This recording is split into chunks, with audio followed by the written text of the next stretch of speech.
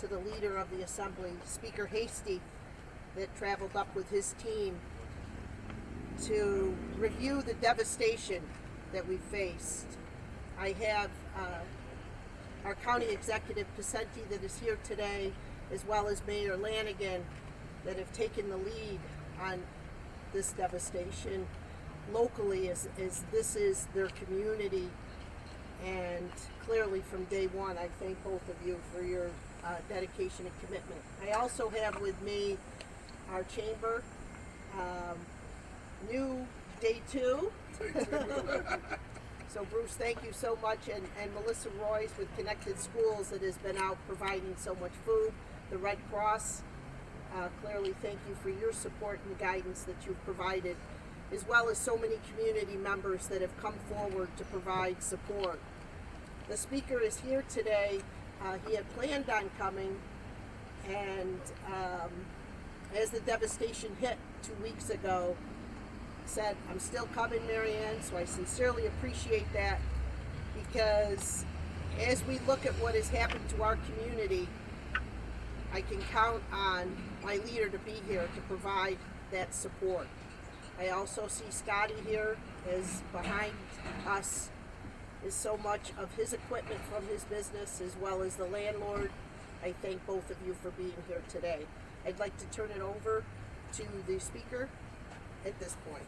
So, thank you, Marianne, and thank you to the mayor and to the county exec. You know, I can only just say, wow. You know, when you see things on TV, or people call you and tell you have like your own visual in mind, but it doesn't have the same impact as it does when you actually come in and see it for yourself, and to see what has happened, not just to the buildings but to the people, and but I have been in communication with the governor, and I know she's going to make an announcement on what she wants to do for the county and the city, and I will follow up with her after this. But from the assembly, we want to make sure that we do our part as well. So again, like I said, in conjunction with the governor's announcement, she's going to make the New York State Assembly is going to do $2 million for the city of Rome. We're going to do $1 million in operating money, and then $1 million in capital. But clearly, this is going to be an ongoing conversation. Hoping that the Fed step in and do what they're supposed to do, and count us in to continue to help the city of Rome and the United County to recover from this, and the people of United County. So just count us in as partners.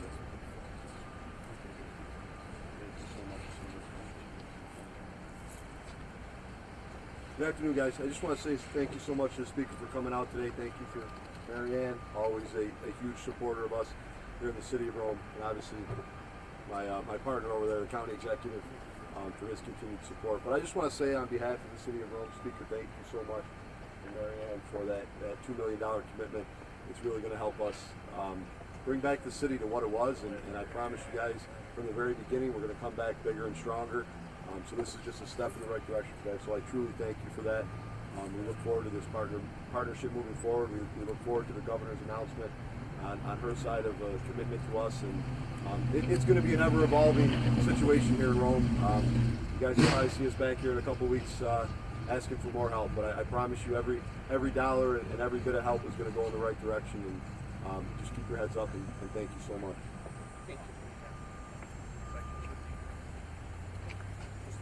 Speaker, thank you for coming today. As always, the speaker is no stranger to us, and has been here other times when we needed some help, and just other times in general. And thanks to the Assemblywoman, she's been with us also since day one, and the mayor and I very appreciative of what the speaker has done, and will continue to do. His words have always been solid. I have no doubt about that, and the fact that he understands, as we do, that this is just the start, that there's going to be more, and that we can count on him and the Assembly to help us in this endeavor. As you can see, even as the dust clears and it dries out, there's so much to be done.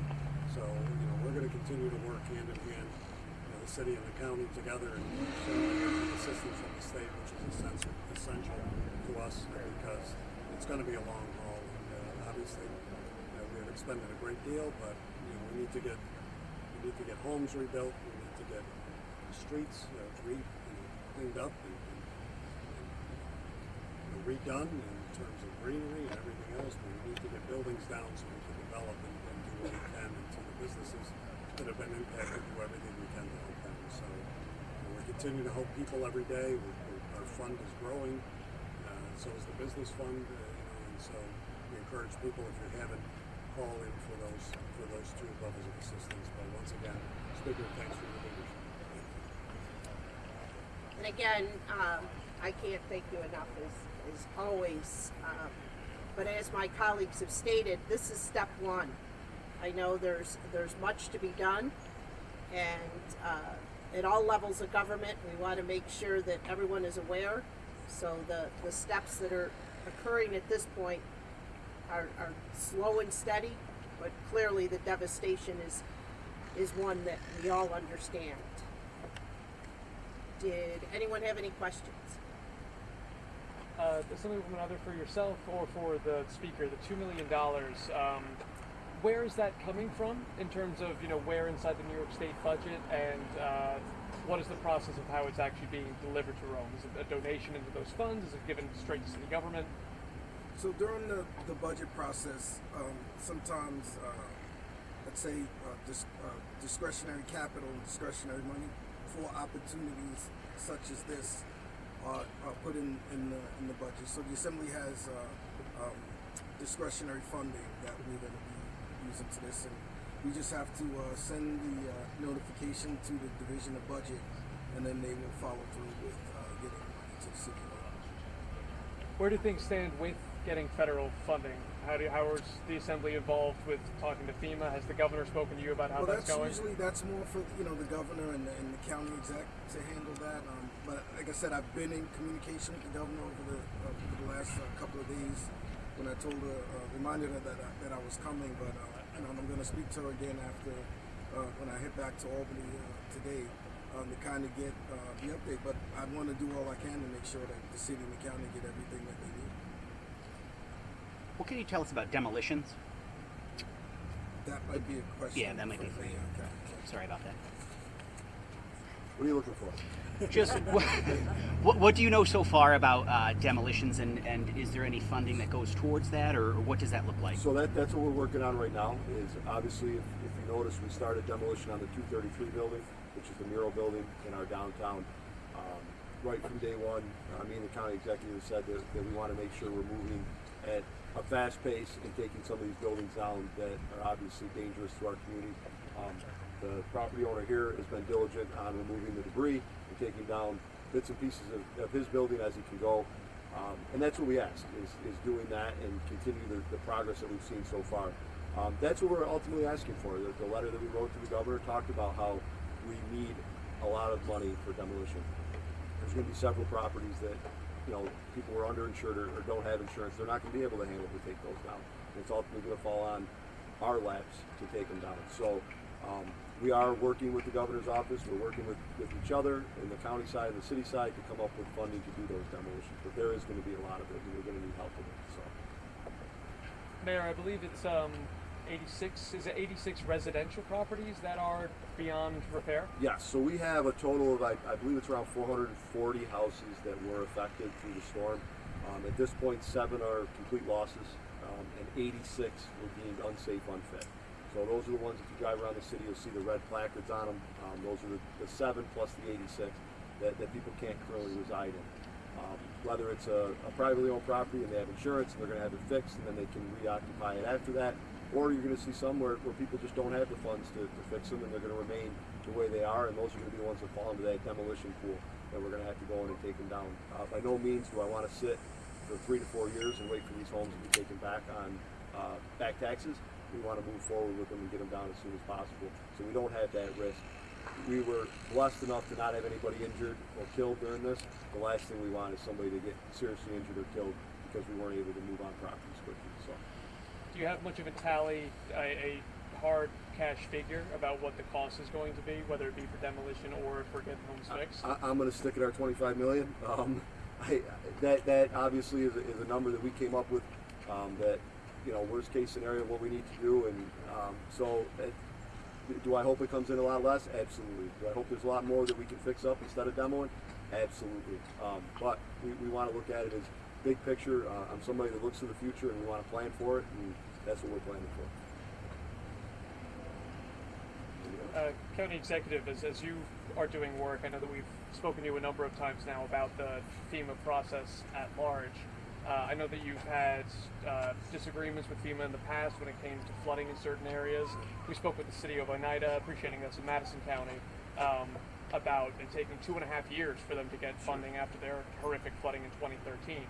Where do things stand in your process? Well, we are compiling all of our numbers, and since the county has to be the applicant through FEMA, and obviously the city, we've been hand in hand with this, so we're compiling all those numbers, the city's properties and issues that they, public properties, not-for-profits, the same on the county's end, on our property side, and then other expenses that have been undertaken in this time period. So we're compiling those, and we hope to get those finalized by the end of this week and over to the governor and to FEMA. I've been critical because I think it's a matter of, and I think by far we're going to exceed the number that was mentioned a week or so ago of 37 million, and I think the city's more than halfway there with just their damages, and I know we're almost there. We're almost to the 37 million. So my only concern is, again, as the mayor said, it's going to take a great deal to get these pieces back in place. I mean, there's more to demolition than just taking a building down. It's cleaning the site, it's getting everything ready, and then it's planning and redeveloping for the future as well, as the mayor said. But to wait, I know that I've heard horror stories of other communities waiting years for people to respond. I've been in contact directly with Senator Schumer. He's called, we've talked. He's expressed to myself and the mayor that he's going to move quickly and make sure that FEMA does move quicker in this one. I mean, we've had several tornadoes around the state, and this is the most devastating, I think, of the state's tornadoes. I mean, it's not something we're proud of. It just happened. But what FEMA needs to do is look at the individual areas and not take just a broad brush. Not saying other areas shouldn't get funding. I'm saying when my criticism in years past were when we were flooded, well, it didn't meet the threshold because the whole state has to be. Look around you. This is pretty devastating. FEMA should be here immediately, so we'll keep pushing for that. For folks that are really waiting on FEMA because they don't have insurance, I've spoken to a few people off camera just expressing they don't have power at the moment because they can't pay to get the necessary fixes they need for National Grid to feed them again. What can you say in terms of any kind of realistic timeline? Well, I mean, I can't speak for FEMA in terms of when they're coming in. Usually they're in days after a storm like this. I have not heard that they have been here yet, but I know they'll be coming once we get some of our paperwork in. But the other thing is, for those people, I mean, we have set up the two funds. Obviously, the business fund that the chamber is managing on behalf of the county and the city to get some assistance. Our individual fund that we invested $1 million in, and there have been donations that have exceeded $250,000 on that end to that fund, helps people to do several things. I mean, whether they, if they need for their insurance deductible, or if they need to get that power connection back on, it's up to $5,000 each individual homeowner can get, or individual can get, whether it's a homeowner or rental. Boarding up, tree removal, other minor repairs. I mean, that fund already is estimated, and we've already probably committed over $1 million. We'll put more into it if we need to, because we want to get people back in their homes where they can go, as you said. And those that can't, we'll look at that in a different vein. But for the ones that can get in, that need those areas, we have that hotline available that they can call and get up to $5,000. So they should be doing that. It's 315-798-5206. They can call and get assistance and hopefully solve some of those easier problems that go along with this. So we're doing everything we can on the ground here. We need more help, and I again appreciate what the speaker's done. That's going to go a long way. But we've got a long way to go too. If somebody does have questions regards to getting their power hooked up or anything like that, any type of system, reach out to the 211 app. They've been instrumental in this whole process, and they can point you in the right direction of what you need to do. So we want to encourage that, and if somebody does have a question, please reach out, and they'll point you in the right direction of what you need to do. And again, I can't thank the speaker enough for coming to Rome. The million for operational is the human element that the assembly strives on, and the importance of individuals. I know the county executive talked about the importance of that, and clearly the mayor is being boots on the ground and asking us to come to this part of Rome because of the devastation. So I thank you for that, as well as the Capitol. The speaker has faced challenges with different disasters in communities and understands that it has to be both, not only that operational, but the Capitol. So I thank you very much, Speaker, as these are human elements that have to be addressed. So as we look at this beautiful little baby. It just seems that these, the 100-year storms are becoming, happening more frequently. We have to say a couple year storms. This is just a sign, it's a sign of the times I think that we're at. And, the government is going to have to do its share to prepare for the future. Speaker, with doing its share, I know that you and the mayor have been talking with the city looking for 25 million Correct. from the state. With 2 million today, what are the hopes for that money presumably going up? I mean, If you wouldn't mind, sorry, again, just coming to the podium. Oh, I'm sorry. No, all good. Just for the mic. Thank you. Like I said, the governor, in conversations with the governor, I know she's going to make an announcement later today. But like I said, I just think whatever's said today, I don't think is the end, because this is ongoing, and a lot we'll have to see where FEMA hopefully does right. I'm hoping that they would do 100% of what the county executive mayor asking for, but if they don't, like I said, we'll have to revisit whatever happens today. I don't think whatever announcement the governor makes today, I don't think that's the end. It's not the end for us, so I don't think it's not the end. That's the other thing is that, look, we estimate the 25 million. Obviously, that's a big number, but if you look around, there's a lot to do. Obviously, if we got it all once, we wouldn't be able to do it. We've got to do it in pieces. What they're doing, what the governor can do, what we've been doing, is the starting point. And the commitment from the speaker that we'll be here and we'll keep going. And I think that's important. I mean, obviously, if we were dropped, we just want them to know, and everybody to know what this is going to cost them to rebuild. And rebuilding requires cleaning it up and demolishing.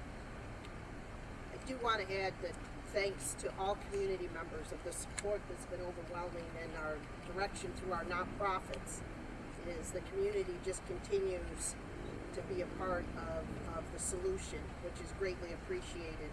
So I do want to just express, we do have a great community here, and they've come forward, whether it's the funding that they're providing or park cleanup, whatever it is, to both of your administrations for the guidance, as well as the nonprofits. Thank you. Thank you guys. Thank you. Thank you. Thank you. Thanks. Thank you.